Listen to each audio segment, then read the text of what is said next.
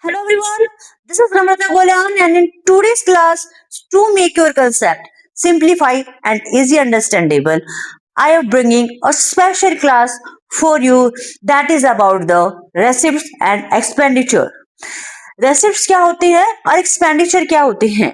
In simple words and in one line, every amount spent by a business is expenditure and every amount received by a business is receipt. Students, ये topic यहाँ over नहीं होता है.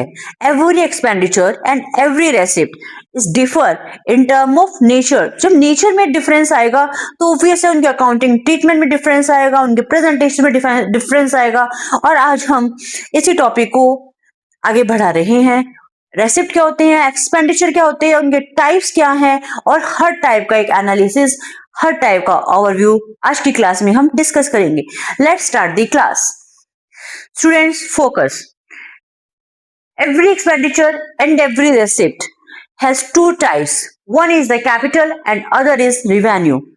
Capital expenditure, revenue expenditure, capital receipts and revenue receipts. सबसे पहले हम expenditure का classification देखते हैं. Capital expenditure and second is the revenue expenditure. Capital expenditure क्या होते हैं? Capital expenditure incurred to acquire fixed assets and fixed assets business में क्या रोल प्ले करती है? इंक्रीज अर्निंग कैपेसिटी और improve earning capacity of a firm.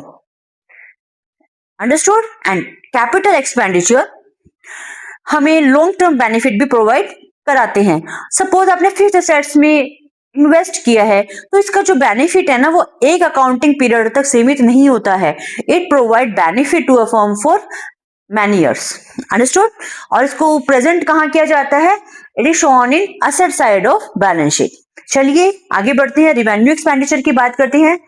Revenue expenditure incurred for day to day operations of business, और ये maintain earning capacity को just maintain करते हैं और इसका जो इफेक्ट होता है वो बस वन अकाउंटिंग पीरियड तक ही होता है और ये रूटीन नेचर से रिलेटेड है. और फिक्स्ड एसेट्स का जो नेचर होता है वो हम रूटीन में परचेज नहीं करते हैं. So capital expenditure is non recurring in nature and revenue expenditure is recurring in nature. Revenue expenditure का प्रेजेंटेशन कहाँ होती है? It is shown in the debit side of either trading account और P&L account. Understood? चलिए आगे बढ़े. अब अपने रेसिप्ट्स की बात करते हैं. जैसा भी मैंने बोला, एवरी अमाउंट, कोई भी अमाउंट जो बिजनेस रिसीव कर रहा है उसे रेसिप्ट का नेम दिया गया है. अंडरस्टूड? रेसिप्ट भी टू टाइप्स की होती है. One is the capital receipt and other is the revenue receipt. चलिए देखते हैं. सबसे पहले हम देखेंगे कैपिटल रेसिप्ट्स क्या होती हैं. Capital receipts are not generated from business operations. Capital receipts business operation से जनरेट नहीं होती है और ये भी नॉन रिकरिंग इन नेचर है.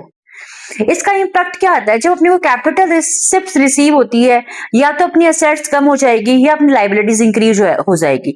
अब आपके क्वेश्चन माइंड में आ रहा होगा, रेसिप्ट भी हो रही है और एसेट कम कैसे हो जाएगी? स्टूडेंट्स, सिंपल सा एग्जांपल है. आपने आपकी कोई मशीनरी सेल कर दी तो उसके आपकी एसेट कम हो गई. आपने कोई लोन लिया है अपने बिजनेस के लिए, आपकी लाइबिलिटी क्रिएट हो गई. अंडरस्टूड? और capital receipt also affect balance sheet.